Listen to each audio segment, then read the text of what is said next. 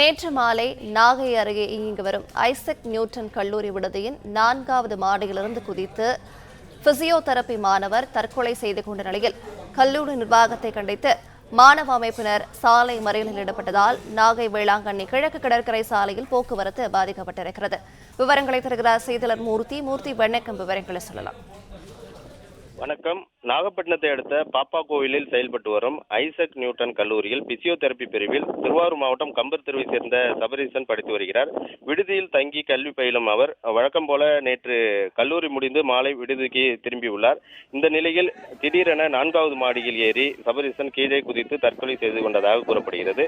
இதை கண்டு அதிர்ச்சி அடைந்த சக மாணவர்கள் கத்தி கூச்சலிட்டு கல்லூரி நிர்வாகத்திற்கு தகவல் தெரிவித்தனர்.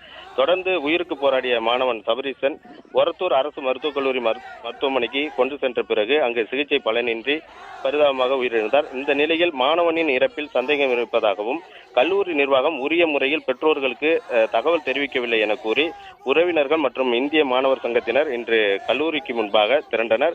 கல்லூரிக்கு செல்ல முயன்றவர்களை செல்ல விடாமல் கல்லூரிக்கு செல்லும் சாலை முகப்பிலேயே பேரிகார்டை வைத்து தடுத்து நிறுத்தினர். இதனால் மாணவர்கள் உறவினர்கள் பேரிகார்டை தள்ளிவிட்டு உள்ளே போக முயன்றனர். அவர்களை போலீசார் தடுத்து நிறுத்தியதால் தள்ளுமுள்ளு ஏற்பட்டது.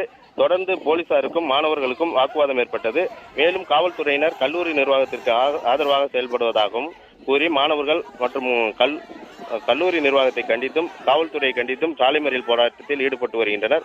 மாணவன் இறப்பில் சந்தேகம் இருப்பதாகவும் மாணவன் இறப்பிற்கு நீதி கேட்டும் கண்டன கோஷங்களை எழுப்பி வருகின்றனர். பிளே ஸ்டோர் மற்றும் ஆப் ஸ்டோரில் இருந்து பாலிமர் செயலியை QR கோடு மூலம் பதிவிறக்கம் செய்யுங்கள். செய்திகளை உடனுக்குடன் பெறுங்கள்.